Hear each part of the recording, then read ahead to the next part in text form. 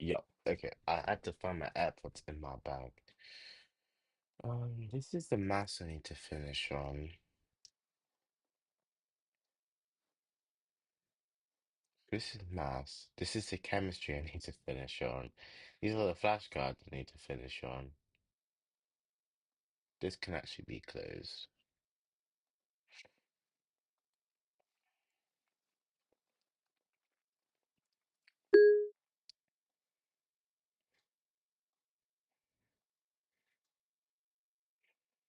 Okay. So basically, we just have no clue where we actually want to apply.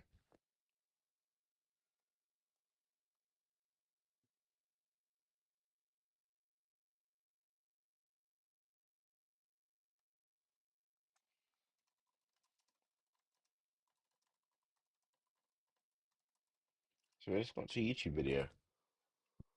How would you do it?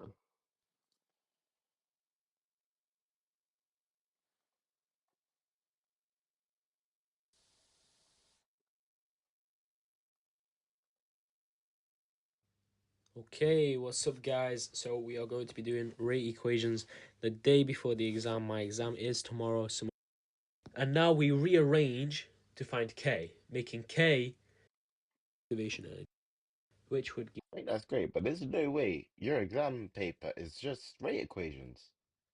There's no way. kind of. I can't see that just being that. Are you gonna get in? Like, the entry requirements are the number one thing you need to think about. I've seen people with fives and sixes get into medicine first try. There are medical schools that don't even look at GCSE. It's one thing to ask someone else, but how do you know that someone else's information is accurate or up to date? She got a score in the 500 and still got interviews. Like, you can't uni interviews, not just BMAT ones. I researched so much. I was like, I'm gonna get an interview. I wasn't even shocked when I got them because I just knew I would. One way that sixth form sets you up to fail as well is just the way that you just constantly doubt yourself. And it literally starts with little things like people saying that your grades aren't good enough, or teachers saying that you can't get in, you've got no chance of getting in, which I'm sorry, but I find that ridiculous. Like, you don't look like people who go to that uni, you're not from the same background, you don't go to a private school. Like, you could be the exception. Not everyone fits the rule. I mean, it's not one size fits all. When it comes to applying for medicine, I honestly don't care what Is she even a medical student?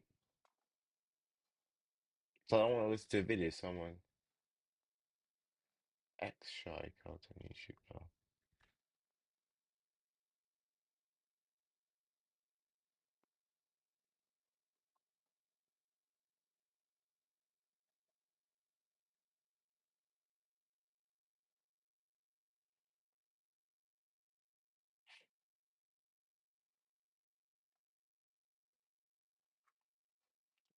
Well, guessing by this,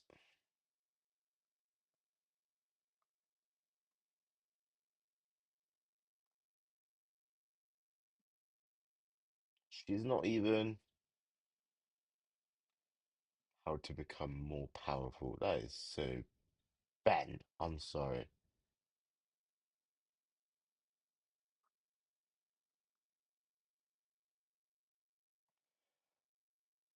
How I made peace having no friends. You don't need. Oh my lord.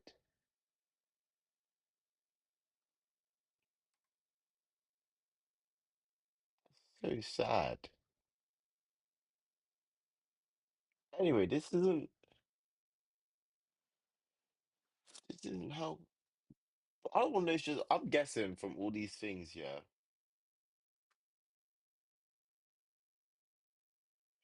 you have no friends, but it's not your fault.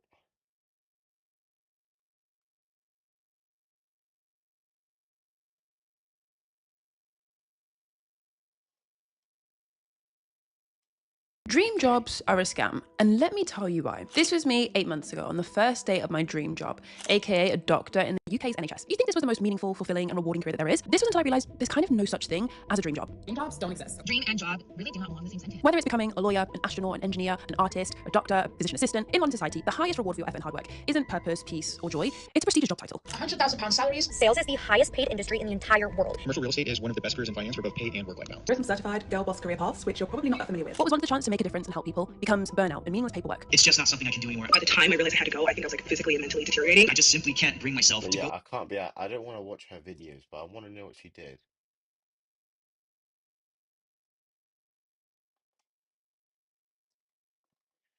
Yes, they are a YouTuber. I want to know that. Education path. Bro, I can't believe.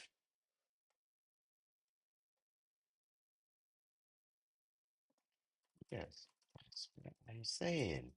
What no bad.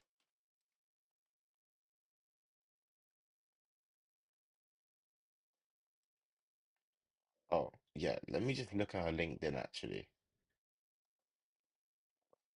All my days it requires me to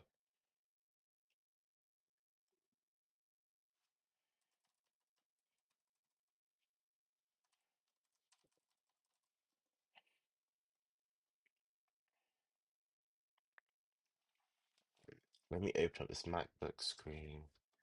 Continue. But it didn't even ask me for my passkey. Yeah, let's ignore this thing. I don't know what this is. I don't know who's done this. Actually, it was me, I can't lie. What's her name? Chris Ina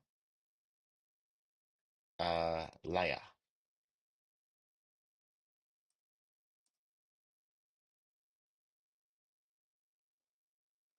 Oh, she's a doctor.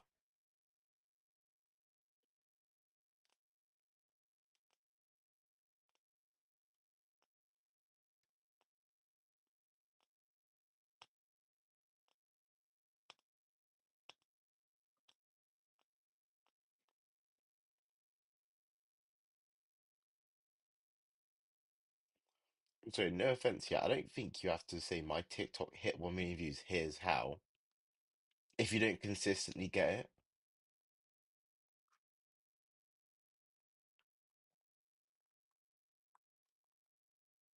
Oh yeah, I want to know her education. Okay.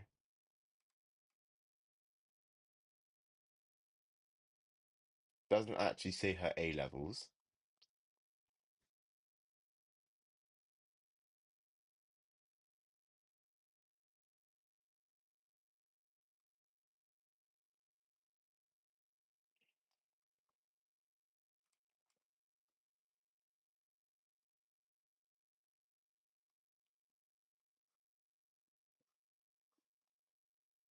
says, like, no matter your grades, your UCAT, GCSEs, no matter how bad you think they are, there's probably a medical school that will accept them. When I applied, I used this rule. I've made it up myself. I don't think it exists, but I call it the 3-to-1 rule. And I feel like if you use this rule to apply, then you're almost guaranteed at least one interview. If you haven't watched my previous video on tips for applying, my year 12 experience, then go watch that, because I've talked about pretty much my whole year 12 experience on deciding to do medicine, work experience, tips for getting work experience, how to stand out and make your application look really, really good. I think people always go straight to like, oh, you need work experience, oh, you need like the most obvious. There's other ways to make your application stand out. And if you in an interview can mention a book that the interviewer hasn't heard of and talk about like a new perspective on medicine that hasn't been mentioned before because you read a different book, that'll make you stand out. Don't get too down if you haven't managed to get work experience and you haven't managed to do all the other things that everyone else has done. There's other ways to stand out and really like boost your chances, because I promise you every single year there's someone who's got like really, really cool work experience, like with a surgeon, with a weird little innovative scientific thing, but can they reflect and show empathy and communicate well? No, that is the key thing they're looking for. I also went to a bunch of open days. I literally went to I think 6 of them altogether, and keep in mind you only need to apply to 4 unis, because I didn't apply to a 5th option like a backup. I literally had my heart set on this. Like, I knew for a fact if I didn't get in that would be fine, I'd just reapply, and I didn't want to do like the biomed transfers, which I made a video on. There is a bunch of ways to transfer, and some of them are easier than others, but I just didn't want to do that. I was like, I'm gonna get in if I don't, I'll reapply. So yeah, I looked at 6 unis, and out of all of them Newcastle was my favourite, just because it was the one that was it was really big city, it had a lot going on, it was very like good for teaching, it was like a mix of integrated and PBL, which is case-based learning, so it's not pure PBL, which I wasn't a fan of, but it's not pure integrated either. And then I also went to Plymouth, which was really nice. Plymouth was so modern, I really liked Plymouth, but it was also CBL, which I didn't really like. I went to Liverpool, which was also really modern. I went somewhere. Hold on. Let me get ChatGPT up. Okay. Watching a video about applying medicine. Hello, Plymouth, which was really nice. Plymouth was so modern, I really liked Plymouth, but it was also CBL, which I didn't really like. What does Plymouth being CBL mean? I can't believe I was like doubting her completely. Like, she is an actual doctor. I'm surprised she doesn't put doctor in her thing. Like you've gone through medical school. I was gonna say the B word.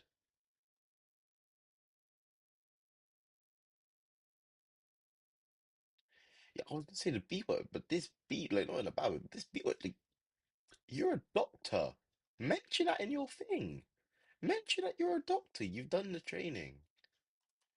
Let me get back to the LinkedIn. You are a doctor, man. Own it.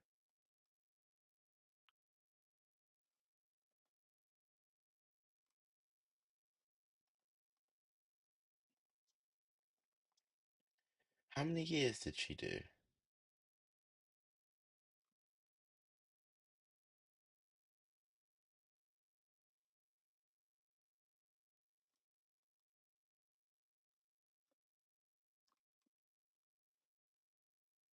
Five years, yeah, okay. I thought it said four.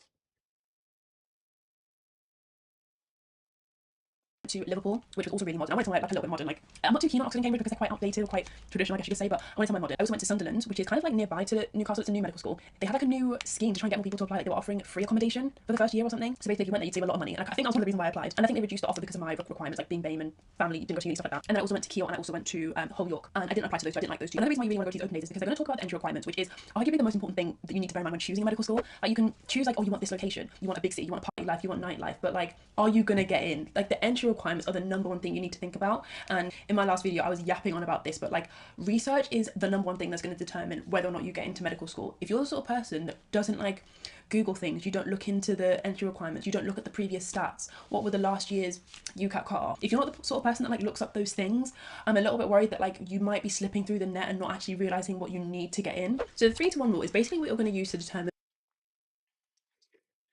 When do the UCAT details get published? Because the thing is, yeah, I have a meeting today. So, oh shit, I didn't mean to put that. I meant to put the web search. I don't know why he's reading documents. what 4 medical schools you're going to apply to. 3 of them are going to be safe unis, pretty much unis you meet all the requirements for, you meet the GCSE, UCAT. So that pretty much means you're guaranteed an interview. You're going to do that for 3 unis, and then the last one can maybe be like your dream university. Maybe it's Oxford and Cambridge. Maybe for me it was Newcastle because I had my heart set on Newcastle, but my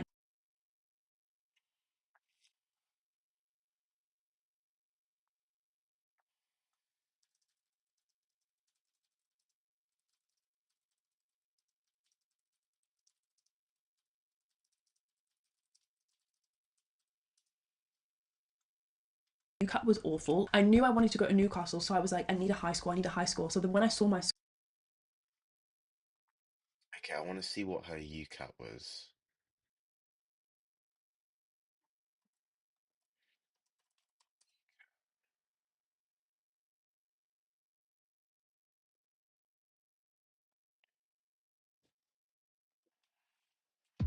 Okay, I can't lie, guys. I put my AirPods back in. I'm going to the toilet, bro. I'm gonna poop.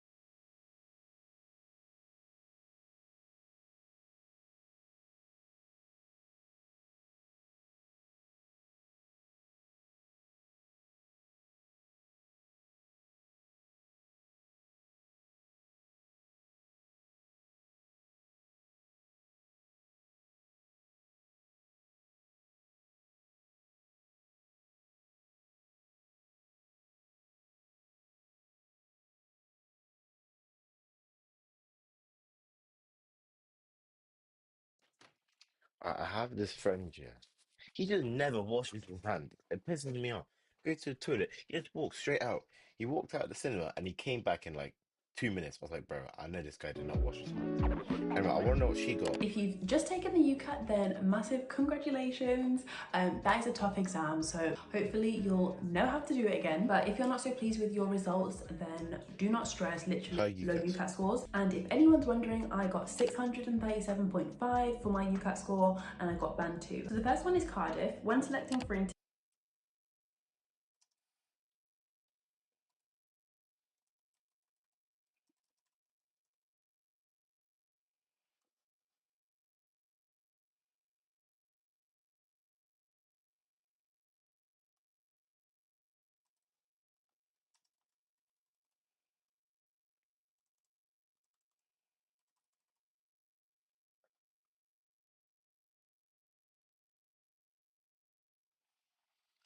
I'm gonna bring this onto the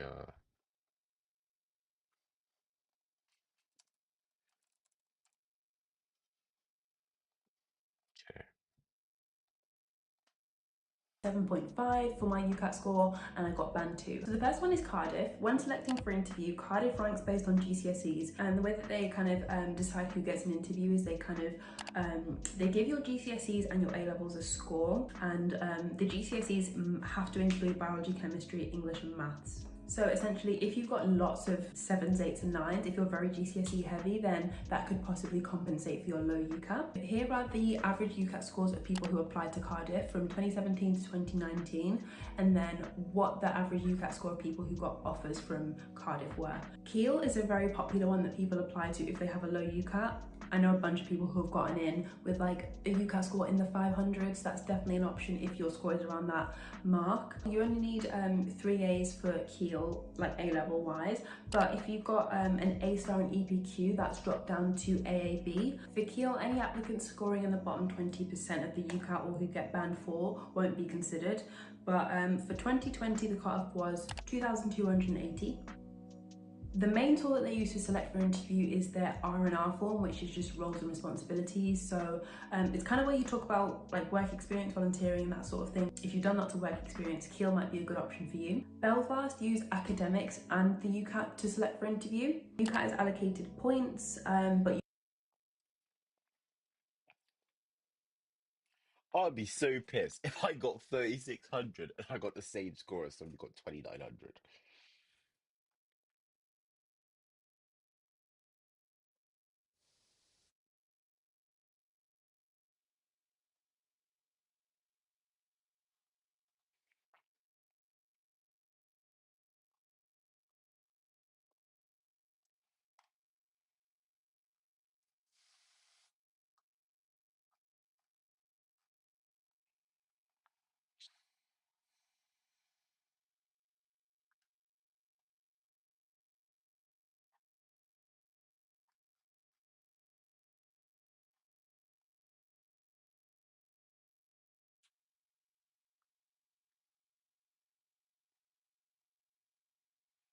Okay, 9, 8.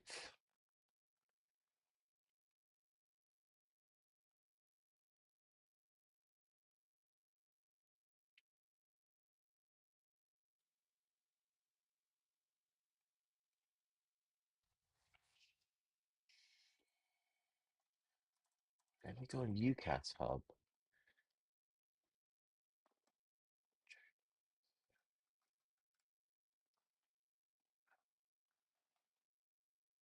Okay, let me sign in then.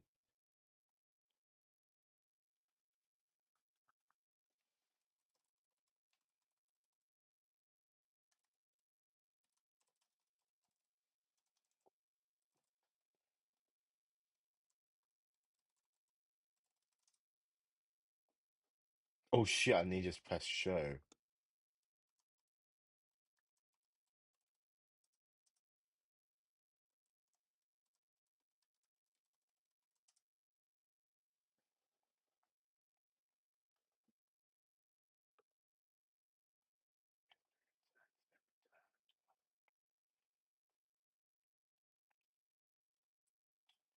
I wanted to look at my GCSEs.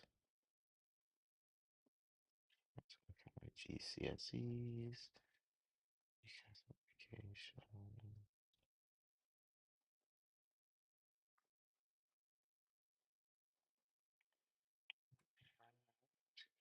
GCSEs.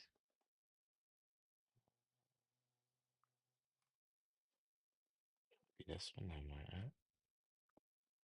Education.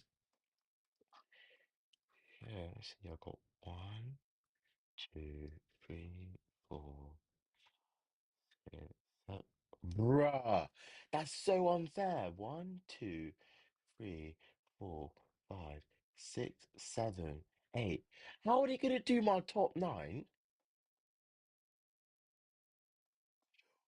How are they gonna do top 9 when I only have 8? That's so unfair, bro.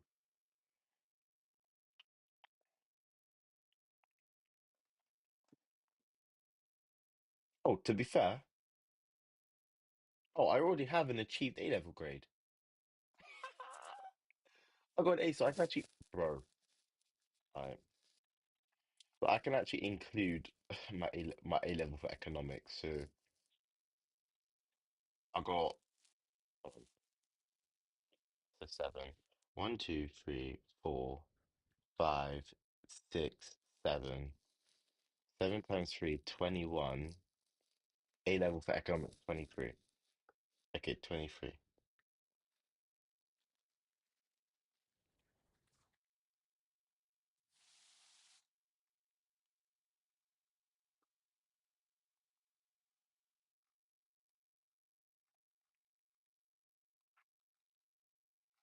Okay.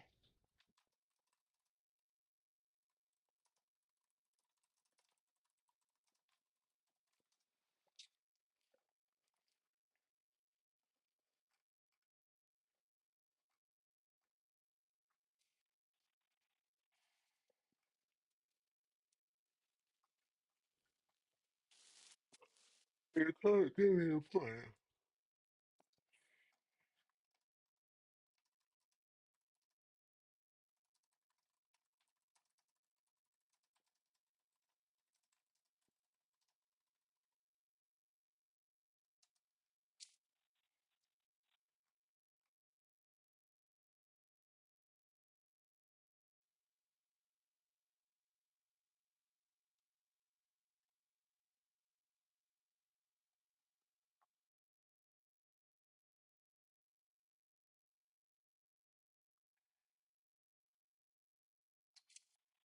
So it doesn't even have, there's no point in a scoring system, yeah, if you can't use the scores. You can make up for it in your academics because that's also allocated points too. Once you're allocated points and that's kind of added up together, you're ranked. So the people with the highest overall points are invited to interview. And in 2020, you needed 30 points, 2019, 32 points, and in 2018, it was 30 points.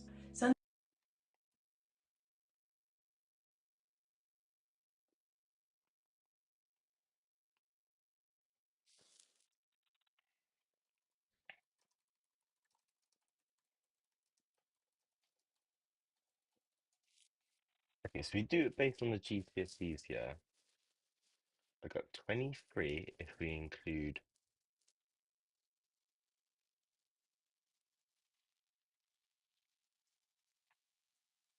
Oh,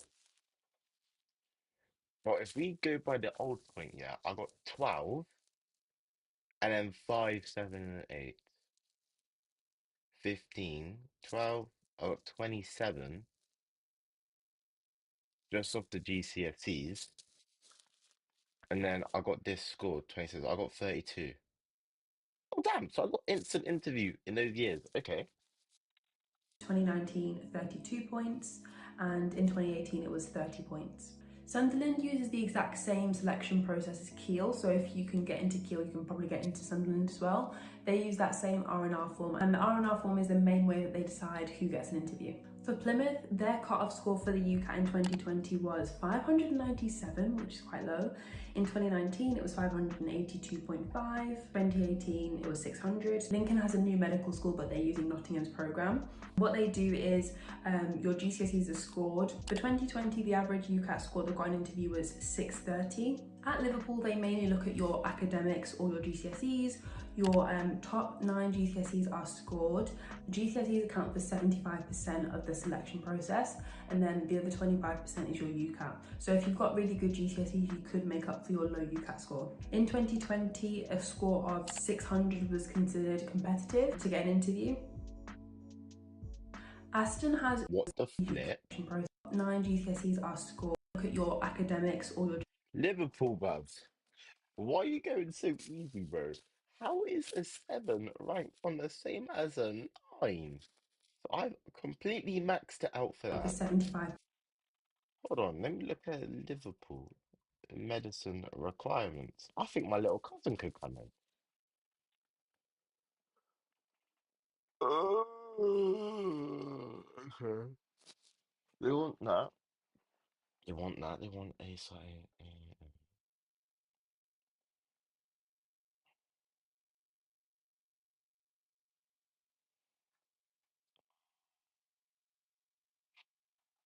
Open daily target course content. Requirements. Mm,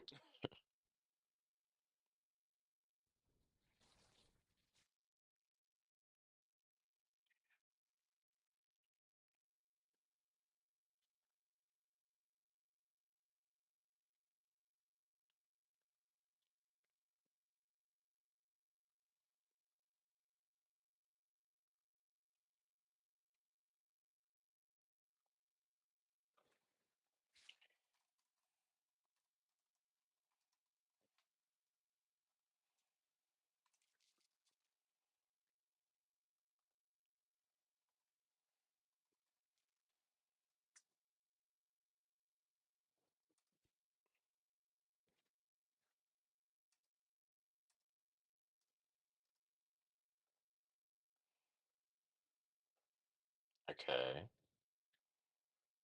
Okay.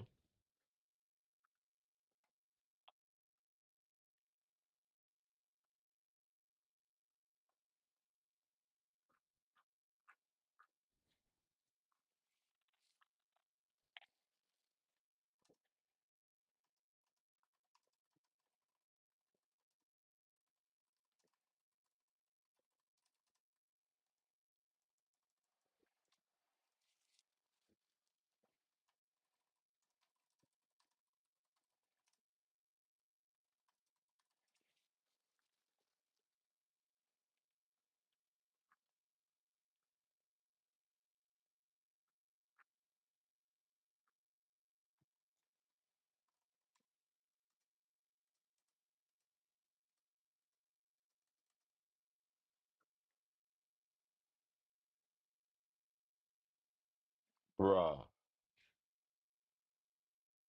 A difference of fucking 40.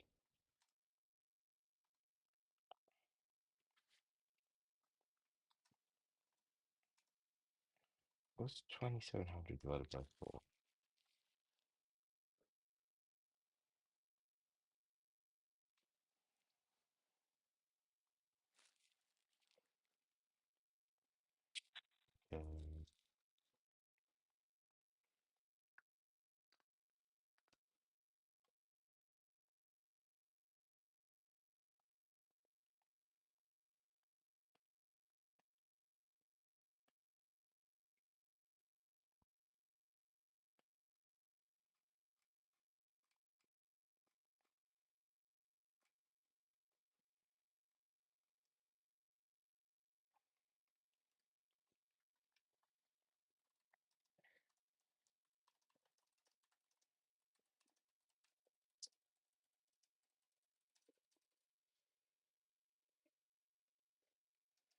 We'll close that.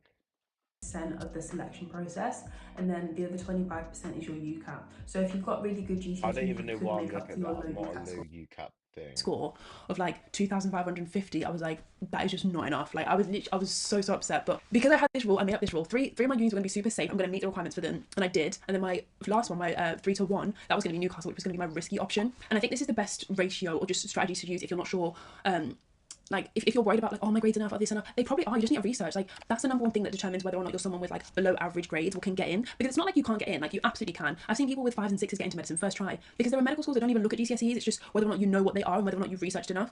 It's one thing to ask someone else, but how do you know that someone else's information is accurate and up to date? Like don't ask me because my year that I applied was years ago. So what I know is true isn't true for you now. For example, back when I applied, Newcastle didn't look at GCSEs, but go check now. I don't know if it's different. Like it might be different now. With my 3-to-1 rule, like I chose 4 unis: Plymouth, Liverpool, Sunderland, Newcastle, based on the first 3. I researched so much. I was like, I'm gonna get an interview. I wasn't even shocked when I got them because I just knew I would because I'd just done that much research. But then I was shocked when I got the Newcastle one because I thought my score was too low. So I think if you use that 3-to-1 rule, you'll probably get in and you'll probably get your 3. And then hopefully, you know, if things go well, you'll get your 4th one as well. If you're worried about the UCAT and if you're worried about how to get into competitive medical schools like Newcastle, for example, one of the key things you need to do, I mean, when it comes to your research, because that's the key thing, is you need to like keep track of like their previous admission statistics. What I mean by that is, for example, I'm going to use Newcastle because that's where I go. If you go up online and type in like you They will give a percentage of acceptance of UK to Scottish to international students for Edinburgh and St Andrews for medicine. that threshold, Newcastle statistics, it will literally, if you go digging enough, you'll find this table. It shows you every single UCAT threshold for the past few years, and that is the sort of thing that you need to like know really well. You need to have that printed out.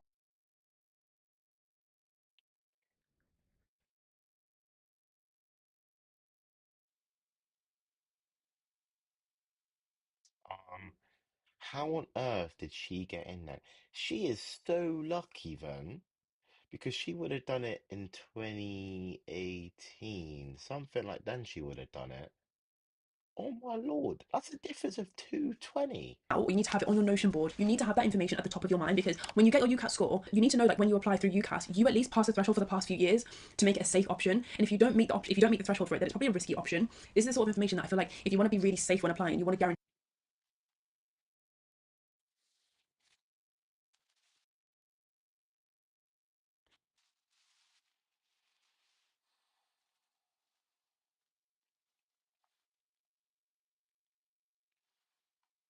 Like, yes, I'm going to get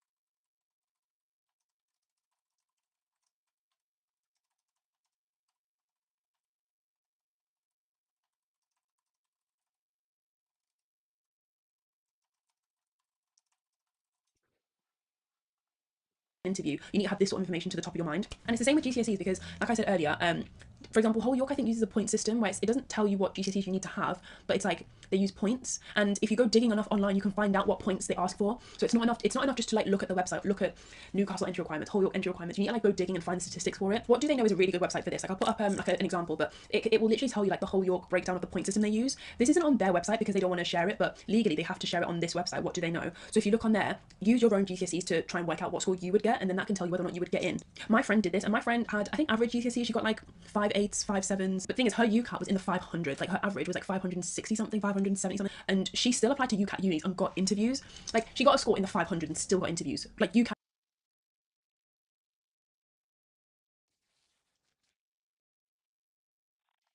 Ooh, that's quite low, you know.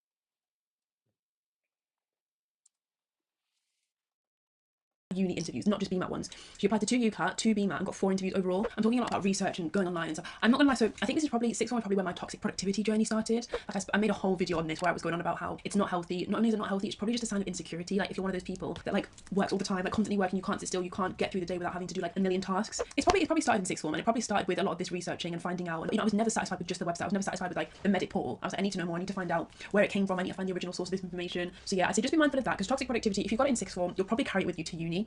And uni is the place where it will probably be tested to the limit, and you'll probably, if you've not experienced burnout before in sixth form, you'll definitely experience it at uni, that is for sure. And it's not like a badge of honor, like I'm going down a tangent, but toxic productivity, I used to see it as like a badge of honor, like, oh, I'm burnt out, I've worked super hard. Like, oh yeah, like you know you've worked hard when you're burnt out, but I mean, you wouldn't be proud when your car runs out of fuel in the middle of the road. Like it's not something to be proud of, it's something to be embarrassed about, if anything. Like toxic productivity is just like running out of food in the fridge. Like it's not a badge of honor, it's something that you want to avoid. So if you do feel like you're in sixth form and you notice episodes where you get a little bit more tired than usual, or you're just like unmotivated, like you've not got the energy, even though you want to and you want to get things done, that's probably a sign of burnout, and it's worth noting and looking out for the signs of burnout. And I mean, that video that I made, the toxic productivity one, is all about signs of it and signs that you've got toxic productivity, and it's probably signs that it's gone too far. I think sixth form to uni, I'm going to talk about this more in my next, probably not changed as much as you think they have. One thing I would say is I think throughout sixth form, I remember I was really stressed about my GCSEs weren't the best. It was 5/8, the whole York breakdown of the point system they use. What do they know is a really good website for this? Like I'll put up like an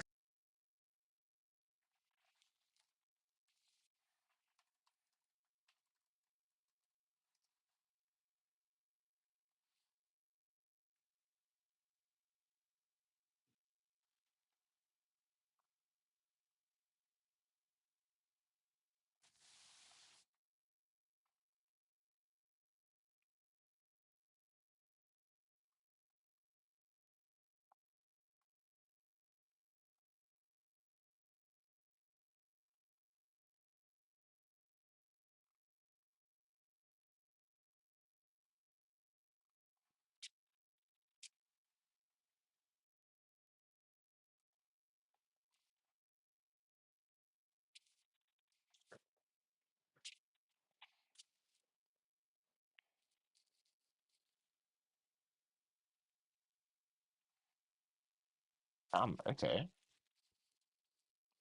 So St. Andrews has less applications, but the same amount of people getting through the interviews.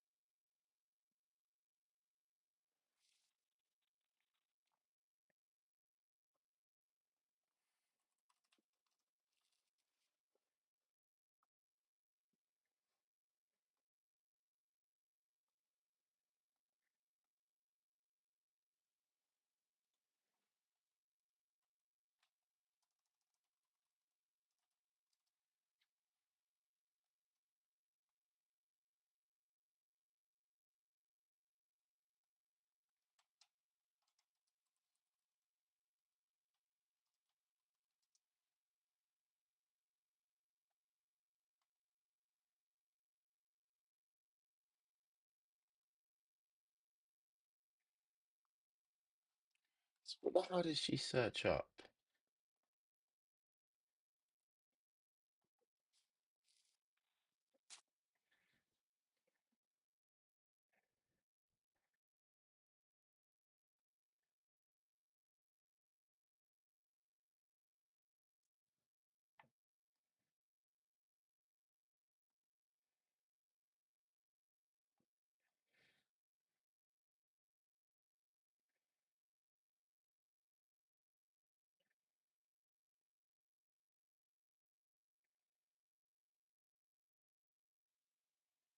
Anyway, this wasn't even the one I was looking at. Oh, I don't think I think this is pretty crap.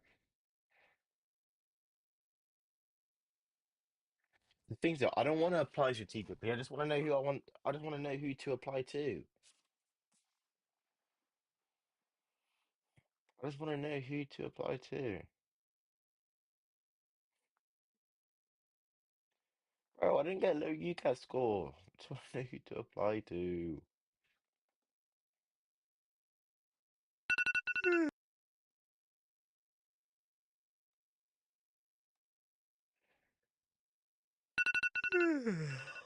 the patient and present the entire case to my GP supervisor before delivering this information back to the patient with any. If you're applying to medical school, in this video, I'm going to take you on a step-by-step process of how you can apply strategically. Hello and welcome back to the channel. My name is Dr. Hilton, and when I am teaching the students on my elite coaching program, the main thing that I teach when applying to medical school is that you must apply strategically. So what is applying strategically? Well, every medical school will place a different weighting on all of the different factors that contribute to your medical school application, whether that be grades, UCAT and BMAT, or your personal statement and experience. So applying strategically means that we are playing to our strengths and choosing universities that hold high weighting in the things that we are strongest in. So for the rest of the video, we're going to go in a step-by-step process in order of the 7 things that you need to be concentrating on if you're applying strategically. For any university that you're considering applying to, the first thing you need to do is make sure that you meet the minimum entry criteria. The first thing universities will do is shortlist some of the people based on these criteria, and if you don't meet them, you're just going to be thrown immediately in the reject pile. So for these, you'll need to take into consideration GCSE grades, A levels, degree levels if you've got one, or whether you're retaking or doing international qualifications such as the IB. Other things you'll need to consider are whether that university accept people who are doing recent exams, or whether they're reapplying for a second time. They might say that certain subjects such as biology or chemistry are an absolute non-negotiable must, and some will place more emphasis on GCSEs rather than A levels or vice versa. So the first thing that you need to do when you're considering Okay, I'm gonna get rid of shortlist. We're gonna go through my applications, right? And we're gonna see if I actually made the shortlist. applying to any medical school is go onto their website and check out their entry criteria to see if you fit. But then if you're not sure, you can just call up the admissions officers. They're really, really helpful, and you can literally just tell them exactly your situation, lay it all out for them and say, am I someone that's eligible? And they'll give you a quick yes or no as to whether you'll meet that initial minimum criteria. Now, the second step that you're going to need to consider is your admissions test. So this could be the UCAT, the BMAT, or if you're a graduate, the GAMSAT as well. So this is often a decision that you can make once you've sat one of these exams and you have the results, so you have the information ahead of time. But every year, some universities will provide statistics as to what levels that they accept for things such as the UCAT. They'll usually provide an average score, a minimum threshold score, and some of the high scores that they've accepted. And you can't guarantee that your score for that year will be the same, but you can get a pretty good idea from the scores whether you're generally someone that's likely to get in based on what you've achieved. And if you want to know more about aptitude test thresholds, you can check out this video here where I talk about all the bands and the likelihood of getting in based on different scores. And as a side note, the SJT is an important part of this. Some universities have requirements specifically for that section of the UCAT exam. So if you want to have a look at what you can do if you score less than a band 2, you can check out the blog article that I've linked in the description below where we go into detail about what to do if you're not in the upper half of the SJT. The third stage that you need to consider is interviews. You need to pick a university that interviews in the style that you think will suit you best, because of course that's going to give you the highest chance of performing well and therefore give you a better chance of being offered a place. And if you're not familiar, the 2 types of interview style that you can get are either panel interviews where you'll have 2 or more people asking you questions, and then the other type is multiple mini interviews, and that will be on a circuit with lots of different tasks at each station, testing the various skills that they want to see in their potential doctors. Whichever of the interview styles you're doing, I do a free interview series where I summarize the essentials of my course in this playlist here. But the point of this is to say that you should try and think of which style of interview you're going to be most suited to, and maybe consider picking your universities that you apply to based on the one that you think you'll perform best in. The next thing that you need to be aware of is how universities shortlist. So everybody that they get applications for, once they have found that you meet the minimum criteria, Oh, I'm also gonna do biomed. I'm gonna change my application. they will then weight your application. So different medical schools will place different value on certain aspects of the application, and they will give you a score based on that, and then they will add up the total score. Now, I have another blog article that I've linked to in the description where I talk about how universities weight for certain factors. But essentially, you should be able to find most of the university's shortlisting criteria on their website and kind of work out whether it's something that is best suited to your application strengths. The 4 things that they will typically assign scores to when they're doing shortlisting are your A-level or international baccalaureate or whatever exam scores, your UCAT and BMAT, the score or rating that they've given your personal statement, and the level or quality of the work experience that you've had. The next step I recommend you to take is to actually have a look at the university's admission statistics. Unfortunately, they're not readily accessible to all universities, but a lot of them, such as Edinburgh University, do publish these. Now, the reason that they're useful is that they're going to give you admission rates and lots of information, but one of the most important things is that they will tell you the threshold score that they would need to invite people to interview, and then the threshold score to offer people a place. When you couple that with the information that they release about how they weight and the scores that they allocate to certain elements of the application, you can make a very informed decision about whether you stand a chance of being invited to interview and being offered a place. And after all of that, you finally actually get to decide which university you actually want to go to. Now, I've just made a video about how to choose the right university for you, which I'll link to here, but basically there are 3 things that I would consider. Firstly, the location, because it's really important that you're going to spend 5 or 6 years there. You need to make sure that you're going to be in a place that you're going to enjoy. Second, I would say that the course type is really important, something that suits you better, whether that be problem-based learning, more traditional styles of teaching, or maybe doing something that's integrated between the 2. And finally, whether the university offers intercalation. Like I say, I won't talk too much about that here because you can watch all of that and the decision-making process in that video. However, one thing that I would recommend that you look at is a recent initiative by UCAS called the Teaching Excellence and Student Outcomes Framework, or TEF for short, which actually gives all universities a bronze, silver, or gold medal based on the quality of teaching rated by the students. And that's just another thing that's going to help you select whether you like that university and it's something that you want to put a lot of effort into applying.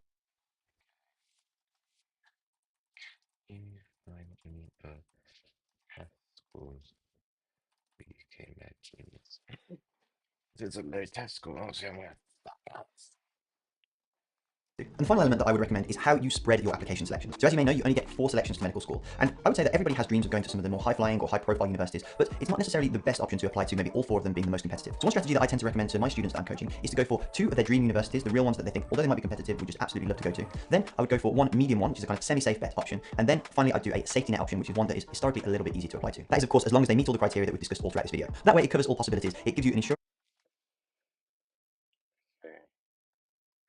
Got 2 dream. Whoops. 2 dream. 1 1 super safe. In this video, we to make sure that you at least get a place at medical school, but at the same time give you a chance of getting in. If you're applying to medicine or dentistry in the UK, look no further because you have. And again, I don't understand why these people don't put their descriptions of being a doctor. I don't know if this guy's a doctor. Medicinal physio. Who the fuck's ever made that decision?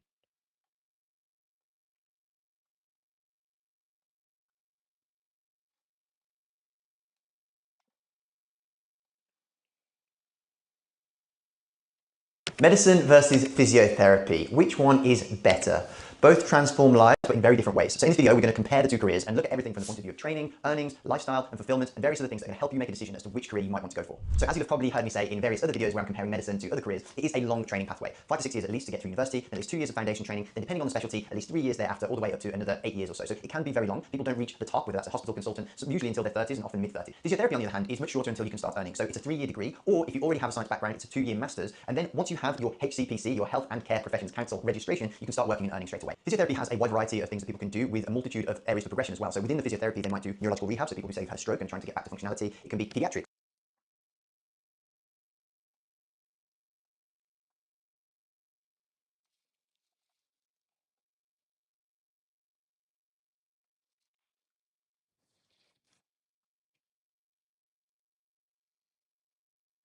Oh, extra gold. Okay. Manchester Silver.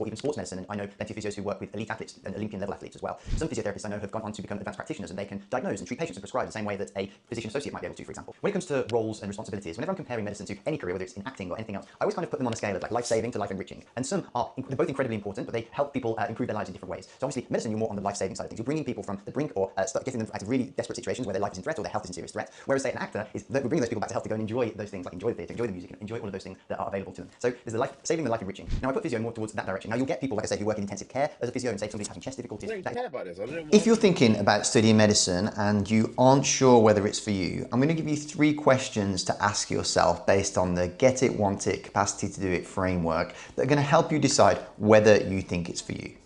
The first question to ask yourself is, do you currently get it? Do you truly understand what the career involves, Nah, not what you're really. letting yourself in for, and what Nah. the life is going to be like? Yes, there are some fantastic benefits, and it looks great on TV when you see doctors doing amazing things and saving lives, but there is a day-to-day reality of it as well, and there are some downsides that you need to be aware of that you're going into with your eyes fully open. Have you done work experience? Have you shadowed in a hospital, in a GP practice, spoken to doctors, really got a good understanding of what their life is like day to day, and whether that is something that you want for yourself? Then the question is, do you want it? Are you motivated enough? Firstly, it is a long slog, and there are times when it is incredibly difficult, whether you're trying to get to medical school, get through medical school, or beyond it. Emotionally, physically, mentally, there are a lot of challenges, and it is difficult, and only the people who really want it will get there and should do it really if you're in it for the right reasons.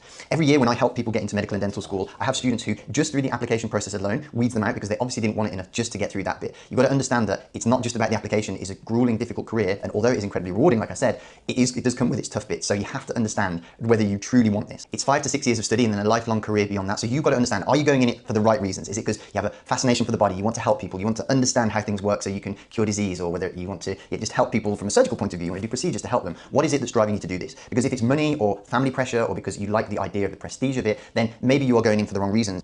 And if your motivations are wrong, that isn't going to give you the sustained drive that you need to persevere sometimes when it gets really difficult. And then finally, you've got to ask yourself, do you have the capacity to do it? Do you have the ability?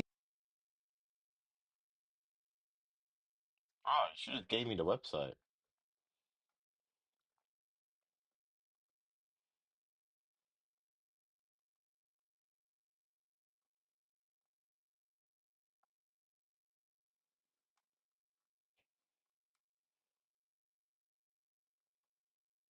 Oh, Kiwi's actually gold.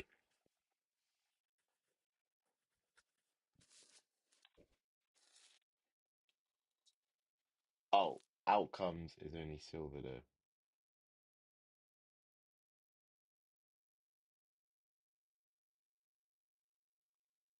I'm quite asking for a lot though to get gold in both, aren't I?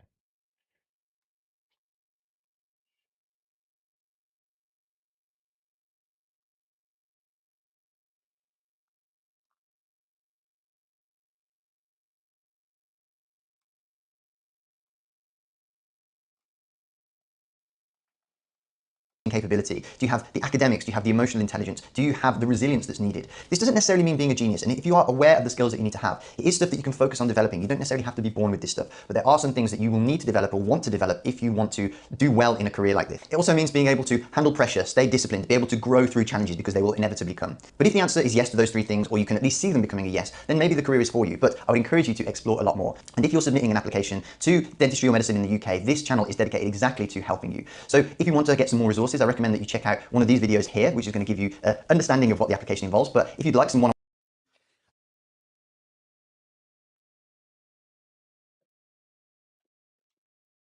Oh, do I just need to like press undo? I want to see what I want to see what the bronze ones were.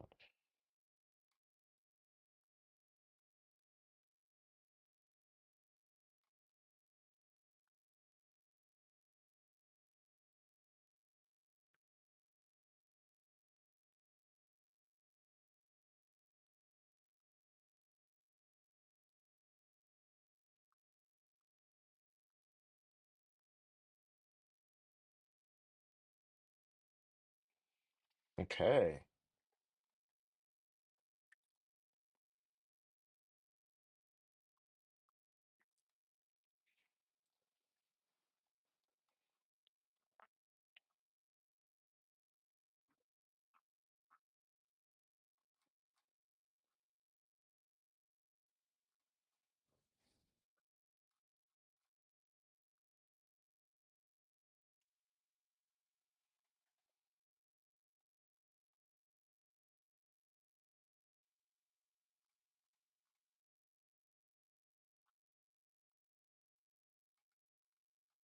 Now we're gonna check the appeal ones, because we're not gonna trust these. Not gonna trust that. Not gonna trust Sheffield. We're not gonna trust Sheffield. Okay. Sheffield has TFE rating.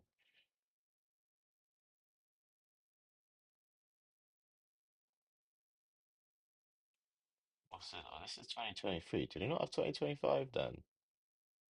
Do you not have 2024? Based on the fact.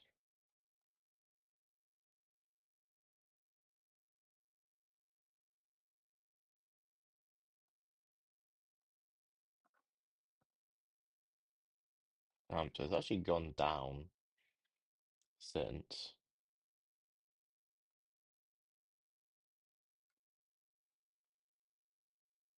I don't want to see the pending ones.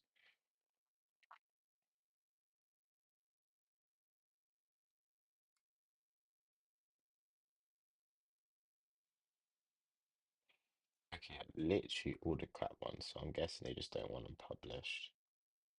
And yeah, we're just gonna look at the gold again. Yeah, so I'm thinking Kiwi might be one of them then.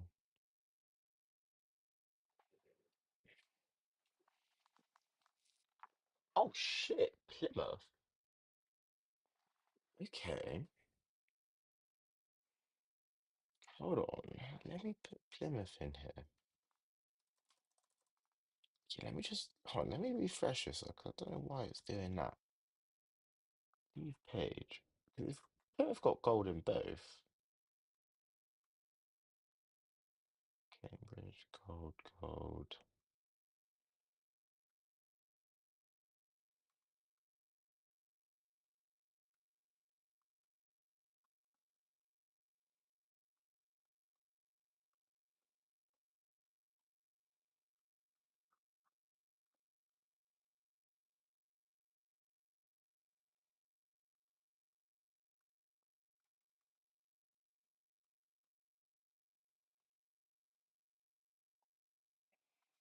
Okay, even Manchester got actually a gold outcome.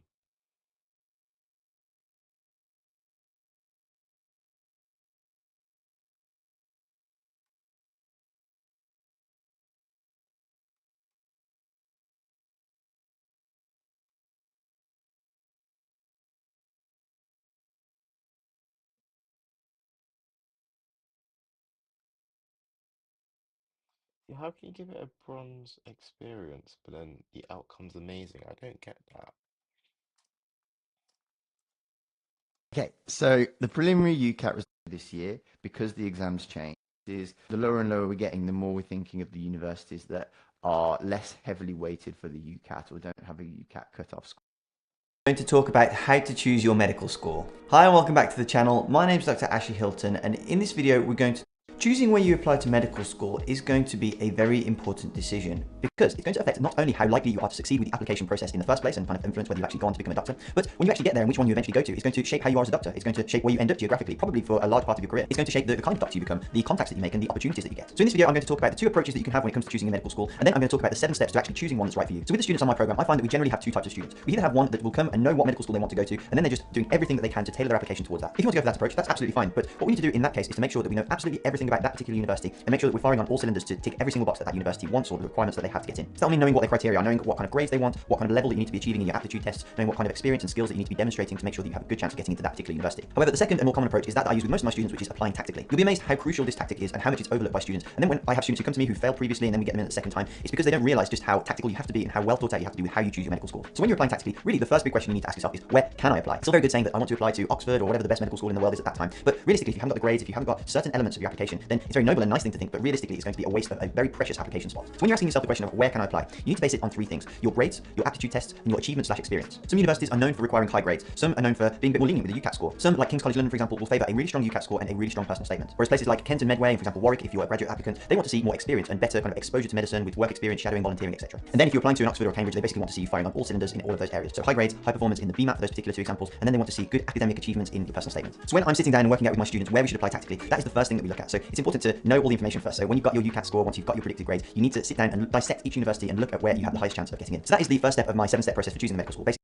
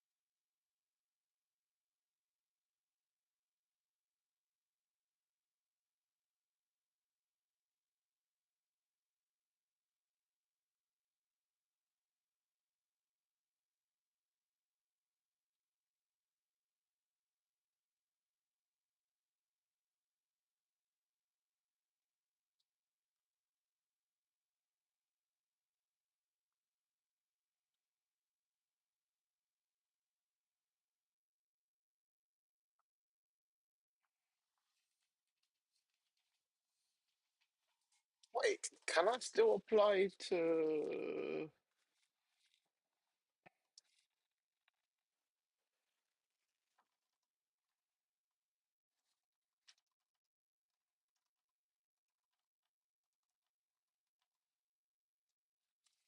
Or is that too late? So I don't have like a visa and shit.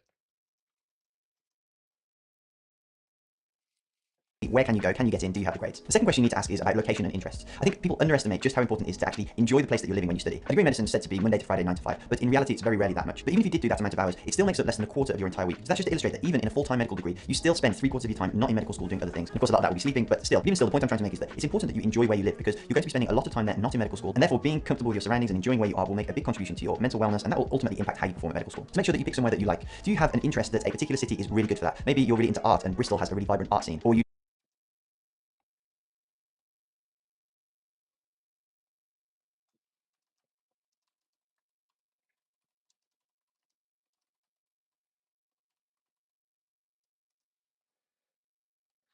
playing ice hockey and there are only very few cities that actually have an ice hockey rink. Or maybe you're just someone who likes a big city or is more of a fan of a small town university. So the main point is don't underestimate the importance of location when choosing a medical school. The third thing is to look at the course structure and the learning style. You essentially have two types, which is first is problem-based learning, where you're given a task or a scenario and then you're expected off your own back to go away and teach yourself all the relevant material that you need to know to answer that problem. This way it's much more self-directed. You do have a tutor that you check in with and they make sure that you're along the right lines, but it's up to you and the onus is on you to make sure that you're gaining the right information and knowledge that you need to answer the question, but ultimately even the knowledge that you need to become a doctor. Now first that might be a bit scary because at school we're used to being given a syllabus and going away and being told exactly what to learn and then just coming back and learning that so that we can pass our exams. And people might not like this style at first, but actually it's a really nice stepping stone to the independence that you need to develop to learn off your own back when you graduate and become a doctor. At the other end of the scale, we've got system-based or lecture-based learning, and that is where you essentially just attend and they tell you exactly everything that you need to know, and it's up to you to kind of maybe do a little bit of reading around it, but essentially they provide you the information that you should know. Now this is nice if you like the reassurance of knowing that you know everything that you should, and you maybe like being spoon-fed a little bit, but you have to consider how much you like just sitting in lectures, taking back and being spoken at. And now lots of universities are doing an integrated course, which is basically taking each side of those and marrying them together in a bit of a mix of both types. So really it's up to you to kind of know yourself a bit and know whether you like one extreme or you like kind of a bit of a mix of the two to kind of blend them together. The fourth consideration I recommend is whether you want to do a BSc or an MSc. Now for those of you who don't know what that is an intercalated degree where usually after the third year of study you go and do an extra science-based degree. So you take a break from medicine for a year and go and do something else. So it's a science-based subject. You'll usually do a dissertation on that and gain an extra degree. Now some medical schools make that compulsory, but what you need to consider is whether it's something you'd be interested in, and then if you have a strong interest in a particular subject, maybe pick a university that is known to have good research facilities in that particular area. Number 5 is cost. Now domestic and EU students don't need to consider this as much, but if you're applying internationally, there is a wide variety of costs per year, ranging from anything from about £14,500 to about £37,000 per year. Sometimes prices vary depending on what year of study you're in, so the first and second non-clinical years are usually a bit cheaper than the third, fourth and fifth clinical years, and also your intercalated degree is usually a cheaper sum for that year. Number 6, I would say, is go and visit the uni and get a vibe for whether you like it or not. That's going to probably be the biggest indicator whether that is the university for you. And the seventh and final question that you need to ask is, when you're kind of choosing between your third and fourth choices of medical school, you need to consider whether you want to do an additional aptitude test for it. So let's say if you've got 3 UCAT unis and then you're thinking maybe you want to go to Brighton or Leeds, do you really want to do the BMAT just to do that additional fourth place that you weren't particularly bothered about in the first place? This is where when I do my strategy meetings with my students, we get into the nitty-gritty of, well, do you want to give yourself the extra choice in case the UCAT doesn't go to plan, and then if you do the BMAT and don't get such a good UCAT score, you can then actually expand into more BMAT universities. This is where it gets a little bit personal and kind of based on how you are as an individual and your situation as to how we decide where we're going to apply and what exams we're going to sit.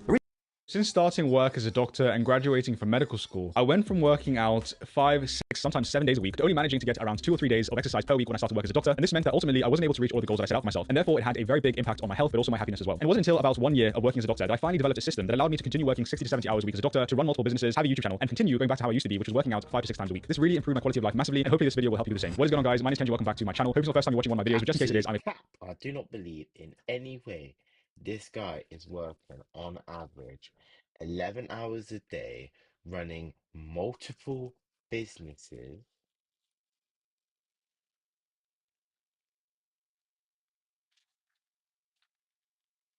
And working out. Like, okay, 11.4, yeah. Let's just say multiple businesses, 1 hour a day. That is one business, yeah, more. Jim, you gotta travel there, bro. You gotta travel there. 13 hours. Okay.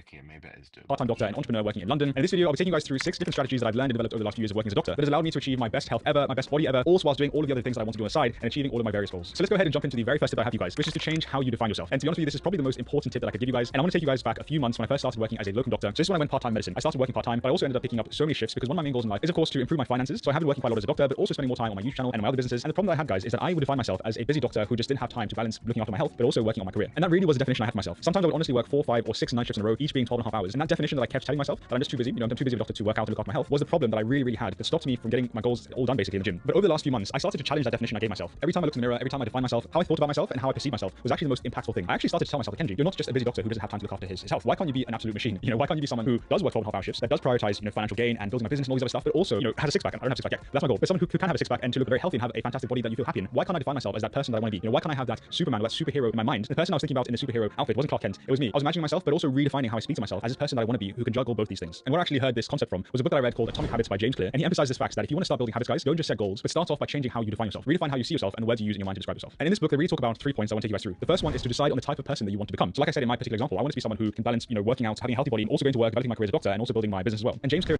what a workout is for you. Now, to take you guys a few years back, when I was in university and had a lot more time, a workout for me was defined as at least 1.5 hours spent in the gym with all of these, weight straps. I'd have to take a pre-workout beforehand. I'd have to have a 10-minute warm-up. I had this whole entire routine, and that's how I defined what a workout is. And if I wasn't able to do this routine, if I wasn't able to do 8 exercises and, do maximal effort on every single rep, on every single set, then that simply to me was not considered a workout. So when I started working full-time as a doctor, I soon realized that being able to keep this up, spend an hour and a half in the gym every single day, maximal effort every single day, I started to realize that it really wasn't realistic. I had all these new priorities in my life. I had all of these new goals that I really wanted to work on. And I realized that balancing all of these things whilst continuing to put all of this maximal effort in the gym, unfortunately, just wasn't a reality. And to be honest with you guys, that would really put me off going gym. If I felt like I couldn't give myself that period of time like I described, then I simply just wouldn't go gym. So in order to maintain this idea of maintaining my health and going to the gym as consistently as I can, I had to not only redefine how I saw myself, like in the first tip, but also redefine what I consider to be a workout. Now don't get me wrong, on the days where I have more time, maybe it's a Saturday or a Sunday and I'm not working, then I will continue to do what I used to do. However, on the days where maybe I'm stretched for time, maybe I'm really tired, maybe I've just finished a night shift, I had to redefine that a workout for me right now is no longer that thing that I described for you, which is super difficult to do. It is any period of sustained activity that is at least half an hour. That is currently my definition of a workout. So what exactly does a workout mean for me now? Not just that half an hour that I mentioned, but it might be, as a practical example, if I'm on a night shift, it might be literally a half an hour walk around my hospital at a very fast pace, and sometimes I will raise my heart rate to 130 minutes. It might be the fact that I don't have an hour to go to the gym today, but I do have 20 to 30 minutes to run 3 miles. And I'm not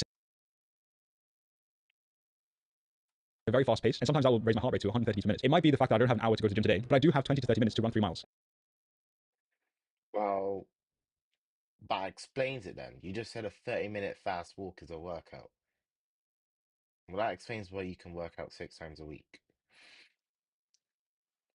No offense. And I'm not saying that every single day you should do 10 push-ups and call that a workout, but what I am saying is that if you continue to maintain that Oh yeah, you know, yeah, I didn't know why I'm criticizing this guy. I actually like him. He said 10 push-ups. high standard for yourself, or at least a minimum standard, then what you'll find is that you still will be able to continue doing some level of workouts throughout your week. And being able to squeeze in these little workouts to maintain your health is much better than doing nothing at all. So you might have 2 days a week where you can do these quick filler workouts, and the rest of the days of the week where you have more time, you can then go back to your normal, heavy, usual workouts that you do. That's tip number 2. Let's go ahead and move on to number 3. Now, the next tip I have, you guys, is not necessarily applicable to absolutely everyone, but I would say that a big majority of people can probably incorporate this into their day-to-day life, which is to work out at work. And before you judge me on that point, please listen to what I have to say. Touching on the last point I mentioned, where sometimes I would literally go for a walk around my hospital, I can't actually tell you guys the number of times that I'd be on a 12.5-hour on-call shift, and I still managed to get a workout either in my hospital gym or, like I said, in a local area around my hospital. And I'm honestly ashamed to say, guys, that it took me an entire 1 year to find out that my hospital actually had a gym in the actual building. And I think it's one of those things that if you don't go searching for it, if you're not aware of it, then you simply won't know. At the hospital I've been working in, they actually have a pretty decent gym. It's actually a physiotherapy gym where they take all the physiotherapy patients to build up their strength. But it has a few dumbbells, it has a treadmill, it has the things that you need. And what I found is that when I'm sometimes on a night shift that's not too busy, maybe I'm on a ward that tends to have the afternoons a bit more free. But there's been a good amount of time, guys, where I've been on a very busy shift on a very busy week, and I simply have no time at home to go to my local gym. But I have managed to squeeze in a 30 to 35-minute workout at my local work. But maybe your workday is super busy. Maybe you have no time during the 9 to 5 to get a workout, and that's completely fine. But what you can do is you can actually arrive to work out before or after when you finish work at 5 o'clock. You can squeeze in a workout afterwards and go straight home, and you've saved yourself a huge amount of time because you're already at the location where you need to work out. And if you genuinely have tried and you found out that your actual place of work has no gym, that's completely fine. As I said, you can go for a walk or a jog around your local building. You can find a park nearby where you can do a high intensity interval workout. There's so many options, guys, where you can still incorporate fitness in or around your workplace. And what I do is after my workouts, there are actually showers in my hospital. You might have a shower where you work, where you can have a quick freshen up, get back into your clothes, and get straight back to work. My point here really is, guys, if you want to make health a priority, then you have to be willing to be flexible and to find new ways of working out and not using the excuse of my week is just too busy, I have no time. So hopefully that tip helps you because it really has changed my life. But let's go ahead and move on to the next tip, which is to book classes or join a group. Now, this tip is really helpful for those people who need a bit more of an encouragement or a bit more of a push to actually get to the gym. And I'll honestly say that sometimes that is me. Sometimes, like I said, I have low energy, I've just finished a night shift and I've woken up later on in the day and I have no energy to go to the gym, and that is completely fine. But we can apply every single day. Sign up for a class, like a high intensity interval training class. And just the fact that I paid money to attend a class, or maybe I know people in the class, I make friends with people in the class, and when they see my name, they're expecting me to show up, or again, I don't want to let a friend down. Just that feeling of not wanting to let people down, or not having the shame of not showing up when you've signed up for something, or losing your money to something you've already paid for. Those feelings actually increase the likelihood of me not cancelling and actually going because I made a commitment not just to myself, but also to other people. And trust me when I say, guys, when you finish a night shift, it is much easier to attend a class and just listen to what the instructor is telling you and do the movement compared to me actually going to the gym and building a workout for myself and having to push myself through that workout. It is much easier to be in a class where people are watching me, there is social pressure to perform, and I just have to listen to an instructor. That makes a class much more easier. But if you don't go to a gym where you have the luxury of signing up to classes, or when we weren't able to go to the gym because it was closed, one of the things that I workout has to be what I described earlier on, 2 hours for a maximal effort, then you simply won't go to the gym. In my opinion. Hmm. Hmm. Okay. Okay.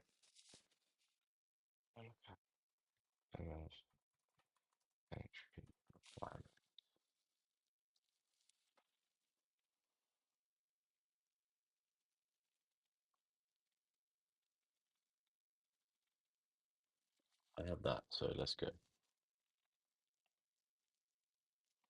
Oh, I have that. Let's go. A level.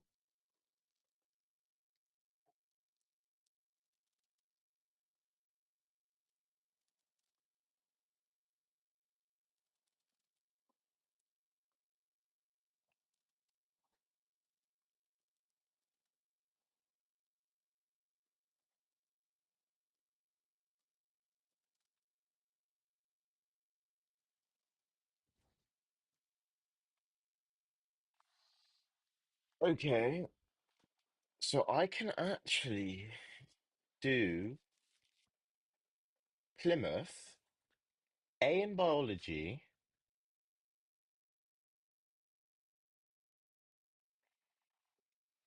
A in maths, and a B in chemistry.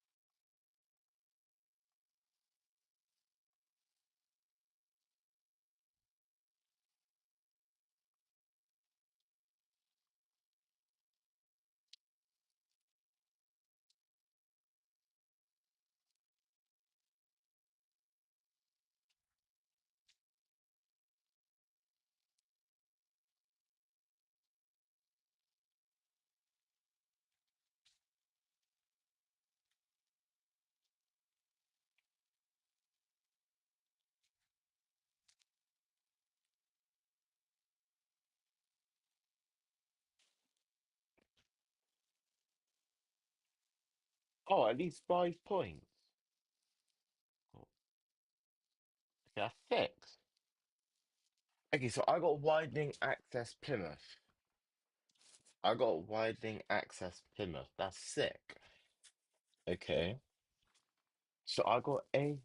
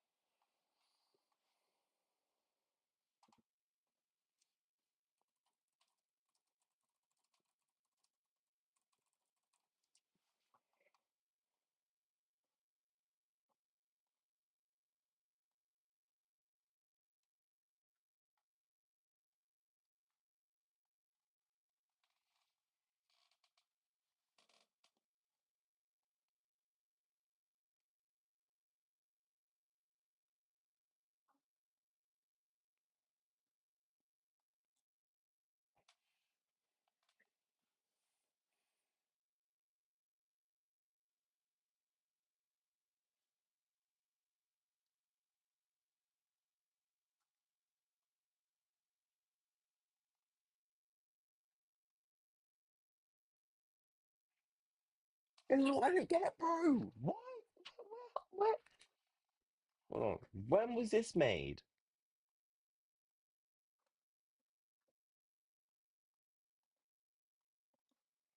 If we look at these two, where have they got University of Glasgow being sixth, bruv?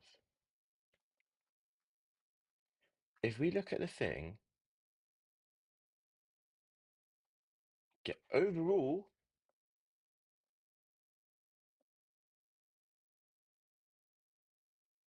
Okay, this is 2023 or 2024. Okay, 2026. Well, I mean, if they're actually top 10, then I can't see.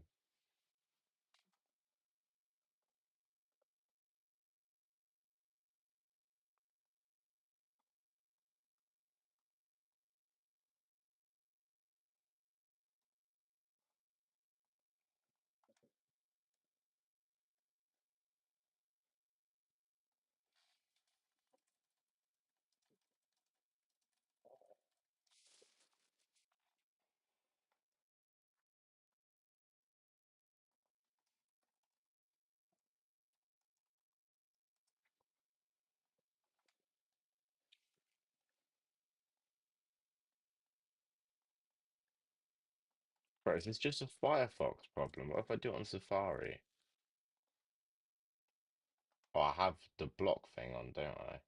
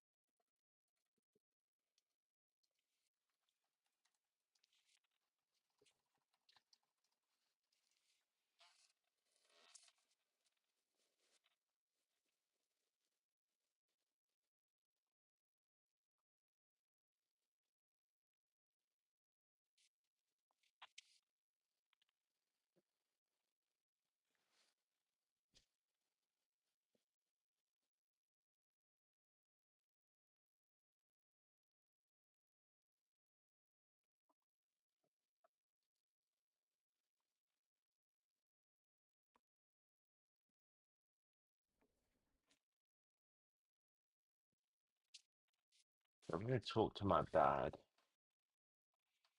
Glasgow. Oh, no, I'm so tired. I'm talk to my dad about playing Glasgow. No, I'm not gonna end the stream actually.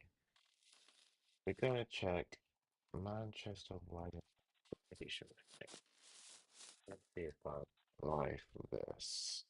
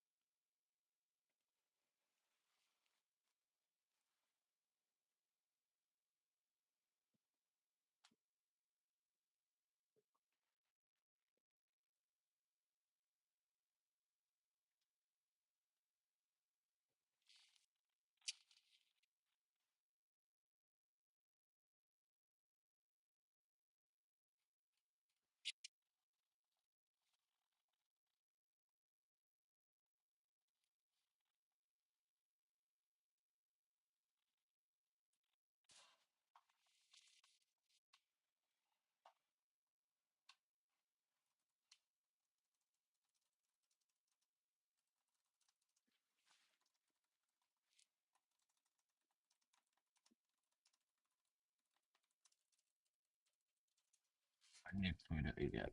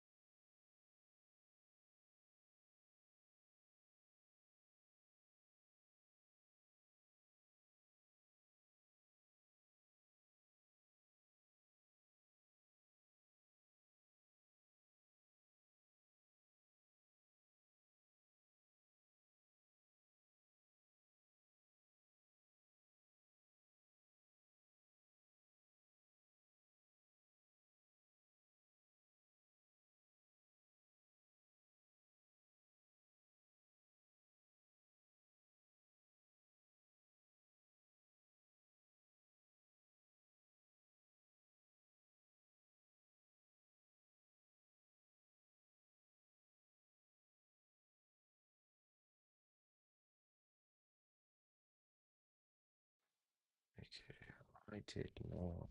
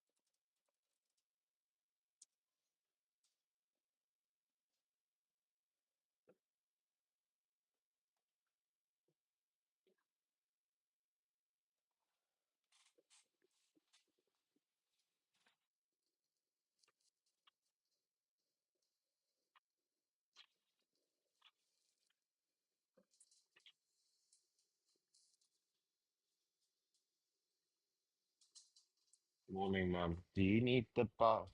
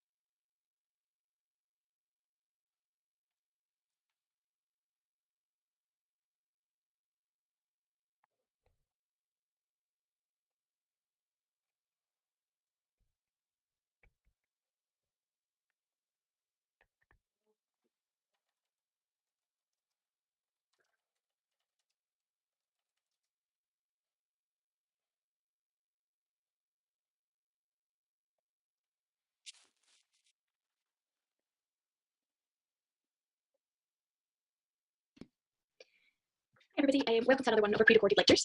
So this one is not quite about the UK CAT, which is the theme of this month, but a little bit of a side note. I'm going to do it on life as a Glasgow medical student, just because this came up quite a lot in the Q&A, and it's not a very easy question. It's divided into phase one, which is the first half of first year, and that's work. There we go. So the Glasgow curriculum is split up into 4 different phases across 5 years. So I've just finished year 3, so I'm kind of in the phase 4 section of things. What I'm going to do is to start off the presentation, I'm going to take you through each of the different phases. Phase 2 takes up the second half of first year and all second year, and that's divided into slightly longer blocks. So the blocks they tend to be between 4 and 6 weeks long, and that's where you take each of the body systems again, but you go into them in much more detail. So you spend your 4 weeks learning about a body system rather than just 1 week, and they start to bring in little snippets of pathology and disease. So maybe the more common diseases you might start to learn a wee bit about.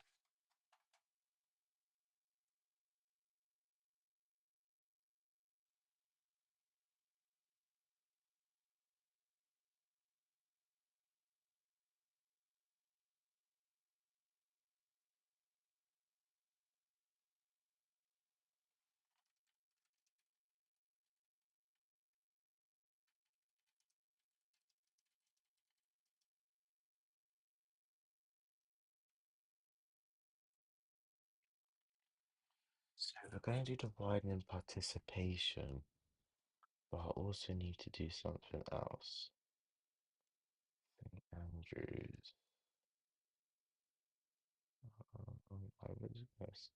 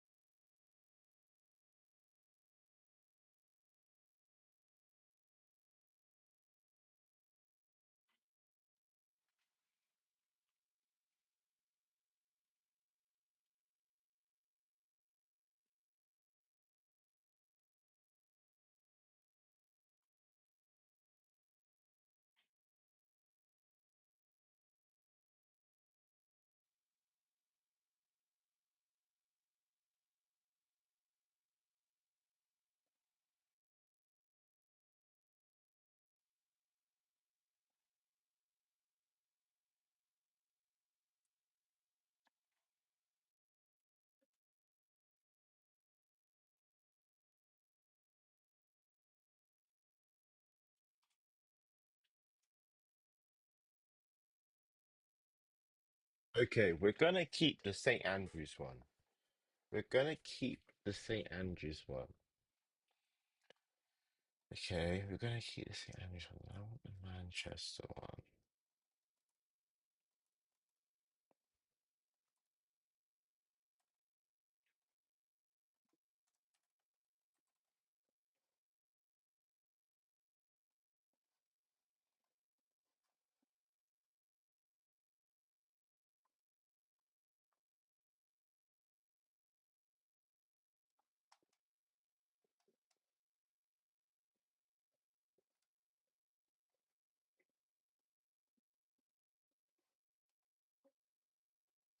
Yo, yeah, I might actually switch out Manchester for Keely. Because if it's chance at a search, I'm 90% sure that Keely was actually up there one of the highest.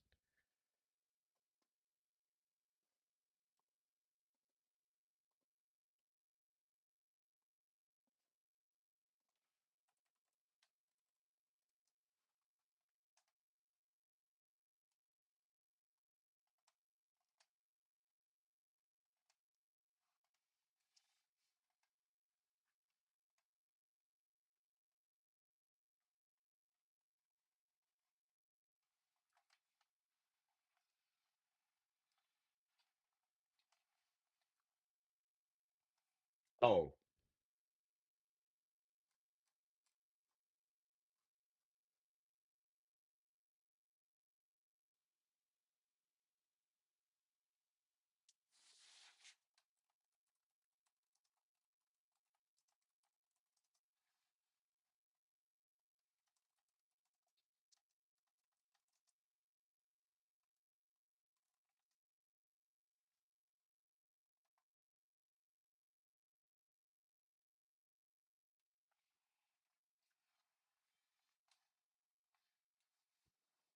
All the science of taught him, yeah?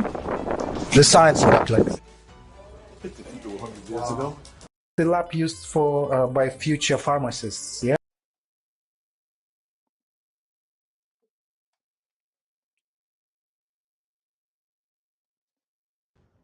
Hi, my I've name is got to Sage. watch I'm a that. second year medical student at Sunderland Uni.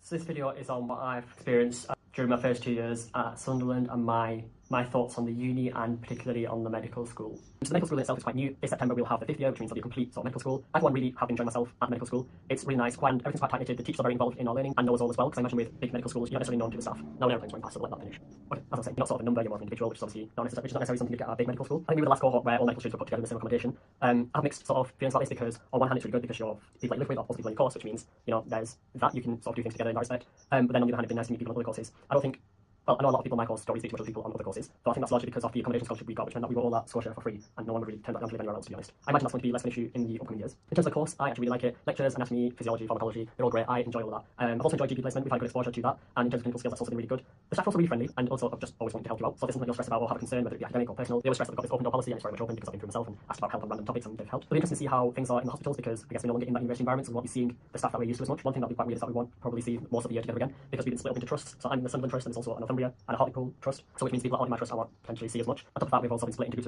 within our trusts. I'm in a group of 8, and while I'm friends with these people, it means I might necessarily see other people outside that group as much. But hopefully there'll be lectures and stuff where we can see other people. Also, I like that the medical school is branching out to other medical schools. So now they're collaborating with like Newcastle on like research opportunities, the Inspire Scholarship. This is something that I managed to get earlier this month, and through collaborate and both of the units collaborating means that the students have a range of projects that we can do and essentially contribute to science, which is also really cool and something I wanted to do. And I guess it also puts this previous degree of mine to use. One thing I'd say as well actually is there's a lot of construction going on, so for future medical students you're gonna have a lot more facilities than we did, which will also be very good. I don't know if we'll be able to enjoy the facilities from Watch that later. Easy.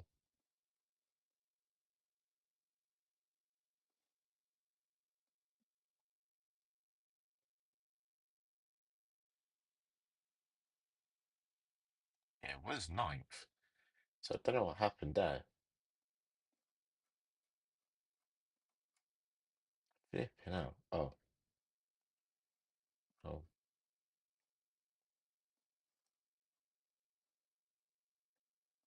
Well, I ain't gonna be doing that at medical school, bro.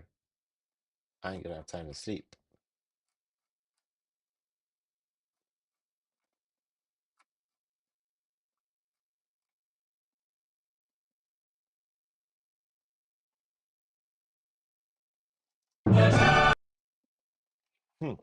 So I'm thinking,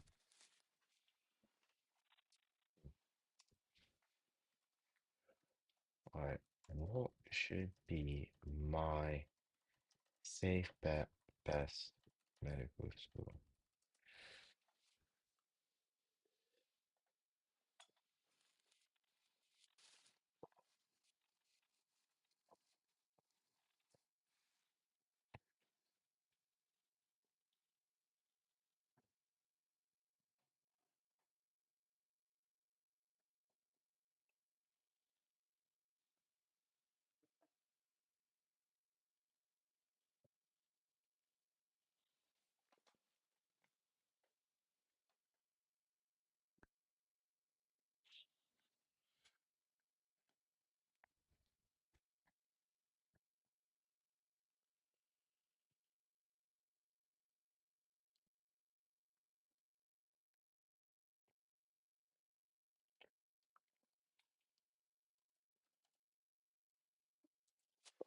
Okay, now, how's Plymouth all the way down here?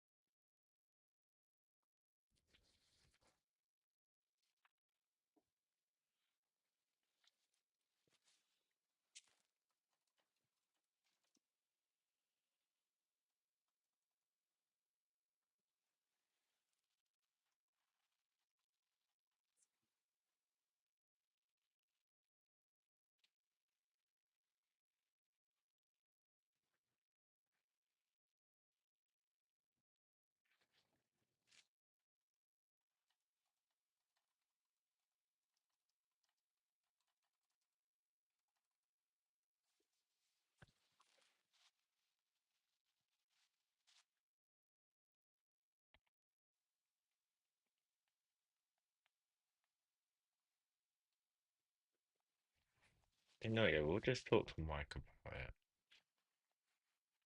Oh, actually, Biomed Uni Guide. We're gonna pick the best one now. And let me actually message her shit.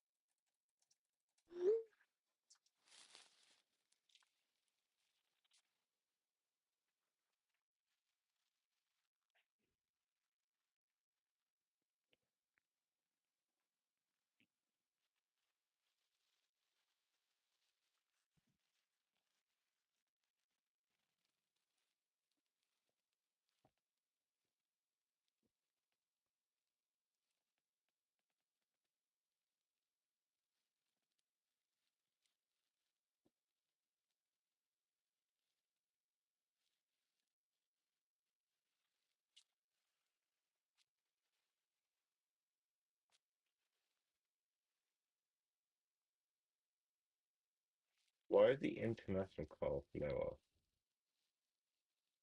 And what? Why did it drop off to 22 and that one increase?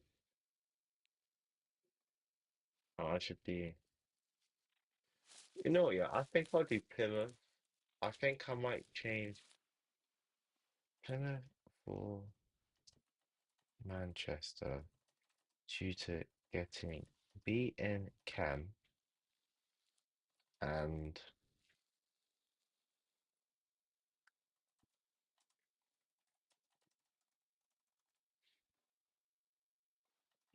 being 550.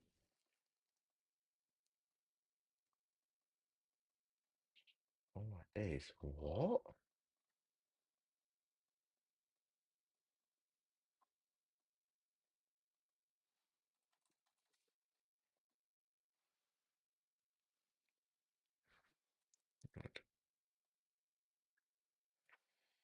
Okay, we're not just gonna